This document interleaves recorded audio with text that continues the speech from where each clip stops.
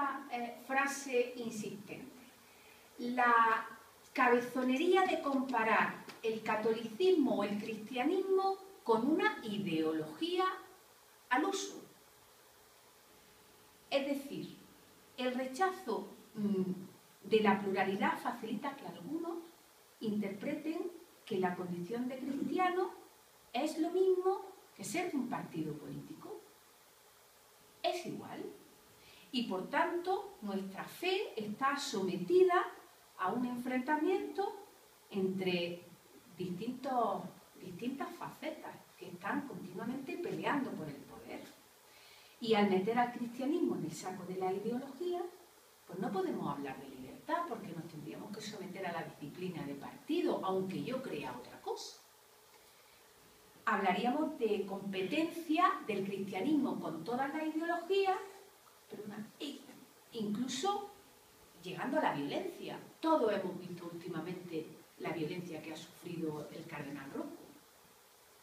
En los periódicos ha salido. Bien, como Rocco forma parte de la ideología, pues vamos a meterlo vamos a someterlo a nuestro nivel. He querido ponerle aquí una portada que salió del País por la campaña electoral, donde sencillamente se decía: los obispos entran en campaña pidiendo el voto contra el PSOE, como si los obispos fuesen de un partido político y quisieran que todos los cristianos votáramos lo mismo. No, no es así. Otra cosa que se dice de la Iglesia siempre está con los poderosos, siempre está con el poder, nunca está con los pobres. Bien. Yo creo que sencillamente esto es falso. La Iglesia es el cuerpo de Cristo, esto lo sabemos todos como creyentes. Es madre y es maestra, la componemos todos los bautizados, nadie da el carné de católico.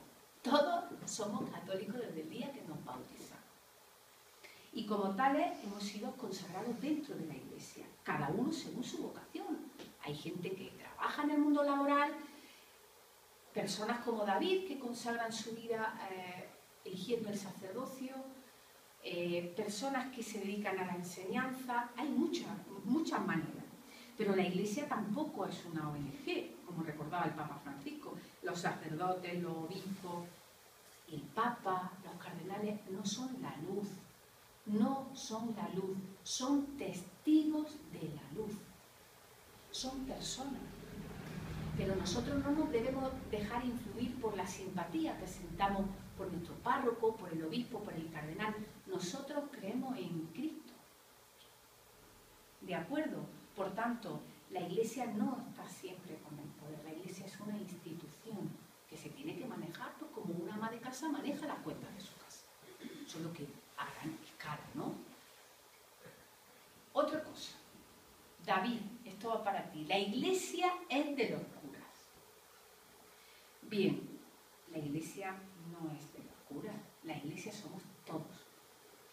Todos. Ellos son instrumentos. Son personas consagradas. Pero Iglesia somos tú, yo, David, todos. ¿De acuerdo? Esta es una idea que debemos de insistir en ella, porque siempre se está diciendo que la Iglesia es de los curas. Eso son cosas del cura. Bien. Ellos son sin duda los primeros responsables en el servicio a todos los demás. David no ha reunido a todos aquí, él ha sido el responsable de convocarnos.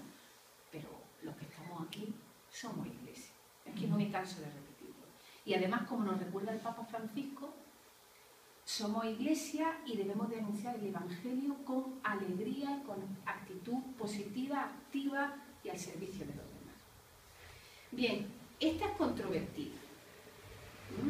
Es decir, la Iglesia es cosa del pasado. Como aquí veis, Franco está bajo palio. ¿De acuerdo? Bien, hay personas que tienen una visión positiva de la religión, pero que creen que en el mundo de hoy creer en algo y por supuesto ser cristiano, pues que es algo muy anticuado, como que eso ya no se lleva, como que para qué. Como si Jesús fuera un personaje histórico, una persona que fue muy buena, con buenas intenciones, pero nada más. Y aún peor, hay muchos otros que tienen una actitud negativa hacia los que creemos y que además nos quieren imponer su idea y que consideran que la religión es algo falso, caduco, superado y que los creyentes somos sencillamente un grupo de ignorantes, fanáticos, que adoramos imágenes de madera, de piedra y que de vez en cuando las sacamos a la calle. Pues yo estoy hoy aquí para decir que la Iglesia no es cosa del pasado y que nosotros somos testigos de ello. Todos estos tópicos que hemos presentado tienen mucha eficacia. ¿Por qué? Porque mezclan algunos elementos que son verdaderos con otros que son falsos, con una manipulación, y también se aprovechan a veces del desconocimiento que tenemos de nuestra propia historia o el desconocimiento que tenemos sobre la realidad de nuestra fe y de nuestra comunidad eclesial. Si esto fuera un juicio... Vamos a imaginarnos que esto es un juicio, lo digo desde ya, imaginaros que esto es un juicio, que vosotros sois el jurado y que vamos a presentaros una serie de testigos porque los dos somos abogados defensores, pero vosotros tenéis que juzgar. Y esto es un juicio, y vamos a ser duros y vamos a ser críticos, ¿de acuerdo? Y luego vamos a sacar una sentencia. Para decir si estas acusaciones o estas manipulaciones son verdaderas o falsas, en ese juicio necesitaríamos testigos de esa defensa. Bien, pues estos personajes que hemos escogido son nuestros testigos. Lo hemos seleccionado para que hablen con su obra y hablen con su vida. Nuestro primer testigo es Andrés Manjón, un maestro de maestros, el fundador de las Escuelas del Ave María. Fue un maestro, y aún más, un maestro de maestros. Es decir, que la principal preocupación de Andrés Manjón fue la educación de los niños, particularmente la de los más pobres.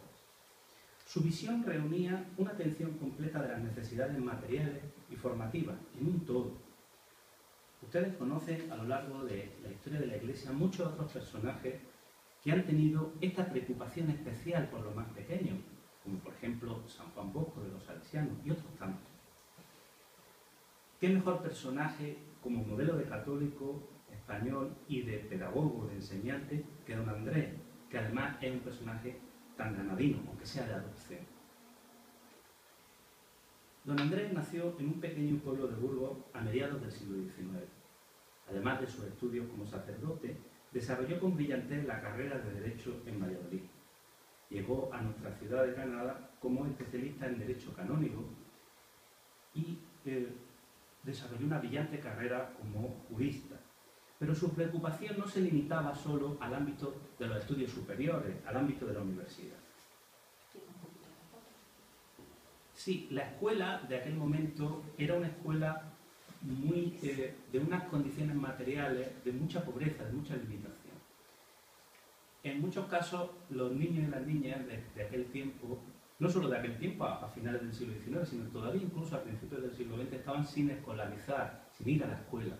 Y eso tenía unas consecuencias muy negativas para su formación y para su desarrollo como persona, para que se pudieran defender y valer y progresar en ello. E incluso, como muestra la fotografía, muchas veces los niños iban a la escuela en un cuartucho pequeñito y el maestro, pues para poder vivir, tenía otro oficio. En este caso veis que está en un taller de carpintería mientras está enseñando. Es decir, no había una dedicación completa ni una preocupación por el niño como hoy tenemos, ¿no? La segunda foto es un jovencísimo Andrés Manjón, de estudiante de Derecho, y la tercera pues como doctor en Derecho Canónico. Bien. Desde muy pronto existe en don Andrés Manjón una inquietud por mejorar y extender la calidad de la educación de los niños, especialmente de los más necesitados. Esta llamada tuvo lugar gracias a su vinculación con la abadía de Sacromonte, donde obtuvo una plaza como canónigo. Para él no había una división entre el conocimiento elevado que se cultivaba en ella, y también en la Universidad de Granada, y el interés por lo más sencillo. Fue una persona coherente, ya que, a pesar de ascender desde orígenes muy humildes, mantuvo siempre un estilo de vida muy austero. Aquí tenemos la imagen de su cuarto y de su despacho, de cómo se desplazaba por Granada con su burro, de una manera muy austera, muy sencilla, siempre al servicio de los demás. Dicho así, parece una cosa algo muy poco importante. Una persona que se dedica a la enseñanza, una persona que tiene interés por los niños. Pero eso no es así. Recordemos la imagen evangélica del grano de mostaza. Estos niños, de finales del siglo XIX, en las cuevas del Sacromonte, con el paso de los años se convirtieron en miles de niños. Yo uno de ellos, que pasaron y pasan todavía hoy por esta obra. Aquel puñado de maestros, en centenares de maestros, que han dedicado su vida profesional a algo tan valioso y tan importante como la educación, y que desde luego merecen siempre nuestro homenaje. Todos los maestros y profesores que han dedicado su vida a la enseñanza y que son tan importantes en la vida de todos nosotros. Podríamos resumir los méritos de don Andrés Manjón en tres. El primero, la huella indeleble, la gran huella que deja en sus discípulos, en sus niños, que ha modificado sin duda el ser de Granada. Lo que Granada es hoy, a comienzos del siglo XXI, tiene que ver con lo que han hecho grandes personalidades y el trabajo sencillo de mucha gente. Pero si tuviéramos que escoger un puñado de personas que de verdad han hecho algo por Granada y que la han cambiado en nuestro tiempo más reciente, desde luego en ese grupo tendría que estar don Andrés Manjón. Este edificio que veis, que está en la carrera por el Albaicín, es la ampliación de la casa madre. Él empezó en un cuartito, empezó comprando una habitación muy modesta y fijaos en lo que hoy se ha convertido. Pasan miles y miles de niños y grandes pedagogos y maestros son agramarianos. El segundo mérito de don Andrés Manjón no es menos importante, es su sensibilidad social. Creer firmemente que la educación no era privilegio exclusivo de unos pocos, los más ricos, que por entonces tenían la capacidad económica para permitírsela. Por el contrario, se acercó a los más pobres con un sentido respetuoso de su dignidad humana, haciéndoles merecedores de la mejor instrucción posible. Sí, en las imágenes lo vemos, que no es una cosa que encarga a otro o que tiene un cierto interés, que era algo que le ocupaba su vida y que, a lo que le dedicaba el máximo interés, como algo muy personal, como algo muy, muy querido. El tercer mérito, también muy importante y destacable, es que don Andrés Manjón fue un revolucionario de los métodos de enseñanza, un pedagogo ilustre de la España contemporánea. En aquella época en que la educación estaba cambiando hasta transformarse en lo que hoy concebimos que es un derecho, que es una cosa que debe ser universal, que llegara a todos los niños y niñas. Bien, había distintas escuelas que estaban, de pensamiento que estaban dedicándose a renovar la pedagogía como una ciencia. La mayoría de ellas eran enseñanzas que provenían del pensamiento laico y del pensamiento incluso del movimiento obrero, que eran del anarquismo y de la institución libre de enseñanza, etc. Es decir, que sin desmerecer la calidad de algunas de estas renovaciones que venían del ámbito de la izquierda, era necesaria una alternativa católica a esta preocupación por modernizar la enseñanza. Y desde luego una de las figuras más importantes en este campo fue don Andrés Manjón, con libros como El maestro mirando hacia afuera, El maestro mirando hacia adentro, El maestro ideal y otras muchas obras en las que refleja un modelo de escuela y de magisterio muy humano. Desde luego, el elemento más importante de esa renovación es cómo los niños y las niñas aprendieran de una manera divertida, alegre, sencilla, de una manera innata, incluso las asignaturas más difíciles como las matemáticas o como la geografía, etc., con muchos métodos, inventando juegos, y una cosa muy destacable, por ejemplo, la construcción de mapas en relieve en el patio para que los niños salieran al aire libre, en el suelo, es decir,